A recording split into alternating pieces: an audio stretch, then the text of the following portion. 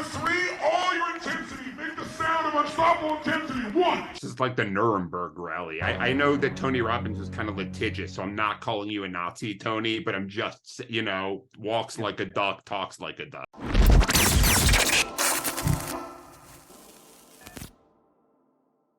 All right, this is Michael F. Schein, author of the Hype Handbook and founder of Microfame Media. I am here with Steve Maloy, a very hilarious stand-up comedian. And today we are going to be reacting to a Tony Robbins Firewalk, but not just any Firewalk. It was the first time that Oprah did a Firewalk, and it was captured on film. So most of you probably know who Tony Robbins is. He's the life coach of all life coaches, the guru of all gurus, multi-gazillionaire, used to live in a castle. And he has his fans walk over burning hot coals, I guess, to be courageous or something. And Oprah did it. So we're going to react.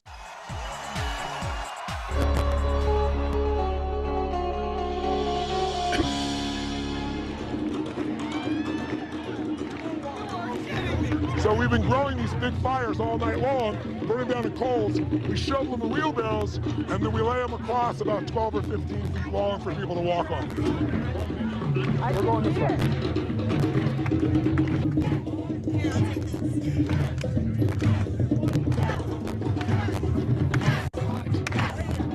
Oh my God!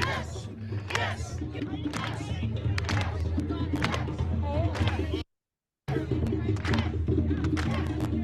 No, it looks a little crazy. I'll give you that.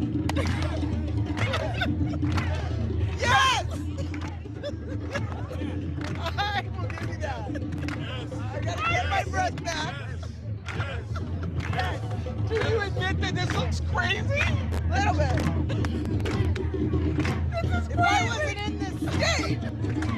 I am not in that state. Yeah. Drums off. Let's have a hand for our drummers, ladies and gentlemen. Big hand for our drummers. Make the move! Make the move! Make the move! Make the move! Say yes! Say yes! Say yes! On the count of three, all your intensity. Make the sound of unstoppable intensity. One. This is like the Nuremberg rally. I know that Tony Robbins is kind of litigious, so I'm not calling you a Nazi, Tony, but I'm just, you know, walks like a duck, talks like a duck, you know? You can see the way Oprah's looking around as the master of hype control. Yeah. Like, this is going too well. I might have to end up walking on these coals. It's like, yeah, it's like a bunch of like well-dressed, you know, people like chanting like with like tribal drums with fiery coals. Yeah. They're in rhythm and everything. Yeah. They know what they're doing. It's crazy. Drummers on! Drummers on! Here we go!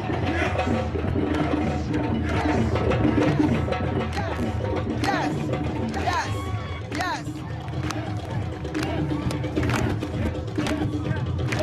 All right, brother. Make your move as strong as you've ever done in your life. When I say go, you go, all right? Okay. Scream it up! Scream it up! You go! Give my hand! I'm getting in the Yes! Yes! Yes! I'm sorry. I just have to say, I find it strange that this is how people make a living. Yeah. It's amazing. I can't believe it. I mean, he kind of, in that moment of being like, walk across, it reminds me of like a paratrooper, like instructor, you know, right before World War II, where it's just go, go, go, get at it. And they're immediately shot or hurt, you know? I mean, Yeah. That's some And at least you're like liberating Europe in World War II. Like, I wonder what this does for anyone but Tony Robbins. Yeah, I mean, are they just sitting there in the parking lot? Do they have like aloe on hand or something? So, you know, it's funny. I happen to know this because of the research that I did for the book. There is this ceremony that's happened for hundreds of years in Greece, and it's a sect of the Eastern Orthodox Church, and people run over hot coals, and no one knows why they do it. There are these retroactive sort of reasons for the belief, but people do it because they do it, and they've tried to ban it for many times, and people will do it in secret. And it goes back to that principle of when you put people in this state with rhythm and ritual and sound, and then you introduce a little bit of pain, it creates an endorphin release, and people will bond to the organization or the leader, and they crave that thing. So while Tony Robbins tells people that this is the pinnacle of the experience where he's coaching them and training them to be courageous, what it really does is keep people Tony Robbins fans for life. Step up in the gas. Yes. Yes. Yes. We'll get you some fresh goals. Oh no! Oh no! Oh no! That's enough. That's enough right there. I want you to know there's nothing to fear. You're going to storm through this. I will not let you get hurt. What's the worst can happen? Except for the people who actually did burn the skin off the soles of their feet in that one rally, and they had to do all this damage control. Yeah. Well, he wouldn't let Oprah get hurt. Yeah, that's what it comes down to. Yeah. I will let some Joe Schmo who pays $5,000, got hurt, but not Oprah. That guy will never find Yeah. me. I'm on tour 99% of the year. Oprah, you might find me, so I won't let you get hurt. Yeah. Turn your feet up and die. Come on. You can do it, Oprah. Yes. Yes. Step up on the grass first. Okay. I want you to make a move as strong as you've ever been in your life. I want you to scream yes. I want you to do it 3 times. Your eyes stay up and you storm the grass. Yes. Yes. Make a move, scream yes. As hard and strong as you can. Yes. That's it. That's it. You got it. Go.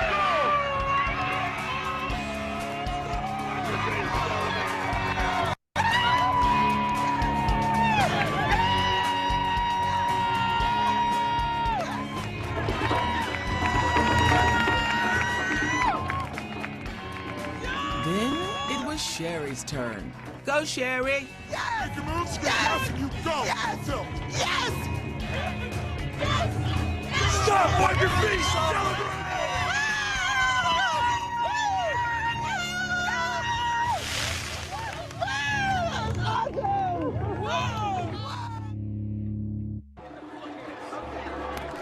This was, let me just tell you. What's the big accomplishment? You would have thought she just scored the winning goal in the World Cup. Yeah, seriously. I like how people have like slowly started to disperse a little bit. They're just like, okay, I think I might be done now. Like, I think my feet really hurt. And then that shot of them walking, call me a cynic, but it looks like they're maybe not fully walking on the coals right there. Like there might have been a pathway for Oprah to walk that didn't include walking on the coals. I actually call it this. I call it finding your mini Oprahs, although but this is actually real Oprah because it's Tony Robbins. But it's like, if you can get your stuff in the hands of one of these people who can spread your ideas in one fell swoop instead of doing it person by person. I mean, in your community, and so in like Southern California stand-up, it doesn't have to be Oprah. It can be that person who controls the club scene or that everyone comes to find out about the best comedy shows. And you're going to create an experience for that person, right? That the normal person doesn't get. Definitely. And I think you see that with that's sort of the passing of the torch in the comedy world. If a comedian, like let's say David Cross, if you're watching, would ask me to open for him, that'd be a huge opportunity for me to go to his fans already, do a version of stand-up that was inspired by him and his alt comedy kind of like presence. Right. So Tony Robbins is like a perfect person for Oprah to have on because it works in 2 ways. Not only is Oprah now the person who presents our audience with the geniuses like Tony Robbins, and we'll get them to keep coming back to her, but also, like you said, it introduces Tony Robbins to all these very susceptible people who are looking for a 6'9" dude to yell at them and get them to walk across the place, Yeah, and I think what's so fascinating is how so many of us think that if our stuff is good, if our jokes are funny on paper, or even if we're a good performer, or if our product is amazing, or if our service helps people, word will just spread, right? And I think what these kind of things teach us is that the theater and the sort of visceral tribal stuff that we all think we're above is so important, because again, Oprah cheered like she had really accomplished something. And this is a person who's accomplished more than most. And I know part of it is her show, but other people I've heard feel that way. The main thing that it does to me is it gives the people who go to this speech a story to tell, right, about Tony Robbins, and a story to tell about what they did. And it's that single moment that you can say, oh, I walked across hot coals for Tony Robbins. You can't tell me that he hasn't changed my life. 100%. That's like that ancient ritual thing that it's almost like this mystic magic you can believe in, of like, well, that, you know, without even knowing that the ancient Greeks did it, there's something so tribal about it that you can be like, my spirit was set free the second I walked past those coals. Because you're letting go, and it's completely symbolic. But what's hilarious to me about Oprah's theatrics here, as like, this hasn't been planned for the last right. I think the lesson worth taking is you can tell people that they're going to be part of some shamanistic tribal ritual, and unless they're kind of a hippie type, they're going to laugh at you. We all think we're above that, but call it self-help, or call it business coaching, or call it a talk show. We're all drawn. I mean, the trust for Tony grows there, because it's like, I don't know, I've been to plenty of protests throughout my life. When the sun goes down and you don't have a leader, you want to go home, because you don't really know what the hell is going to happen. But Tony Robbins being there and being like, hey, we're going to do this. It's going to go this way now. It gives so much like comfort and confidence. This was an experience. Let me just tell you, this is the next chapter. This is the next chapter, people, because I didn't come here planning to do this. I was thinking, first of all, when I saw the flames, I went, that is crazy. That's unreasonable. All mammals know to run from fire. What in the world? And so I stayed too long at the fair, because at some point I could have gotten out. And then after I saw it turning and everybody was talking about actually going to walk, I thought, okay, now am I going to walk, and what I'm walking for, and what's the metaphor mean, and what does it all mean? I didn't think I could do it, and I did it. I was petrified standing there for a minute. And then I thought, well, you have to believe you can do it. And then Tony just whispered in my ear, yes, yes, yes. And I don't know how I got across, but anyway, I did it. I did it. I did it.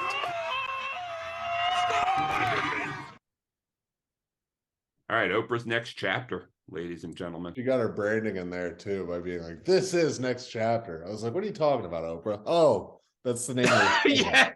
yeah. She's like, it's Oprah's next chapter, like it's off the cuff, and then it's like Oprah's next chapter in like cursive in a logo. Yeah. That was something else. Tony Robbins, a master of hypnotism. I don't know what to think, but that was Oprah, two hype wizards. So Steve Maloy, where can people find more of your insightful commentary and wisdom? Michael, there's so much of it on stevemaloy.com. That's Maloy with one L. I've got stand-up, sketch, and some commercials I've made for the corporate overlords that we all share.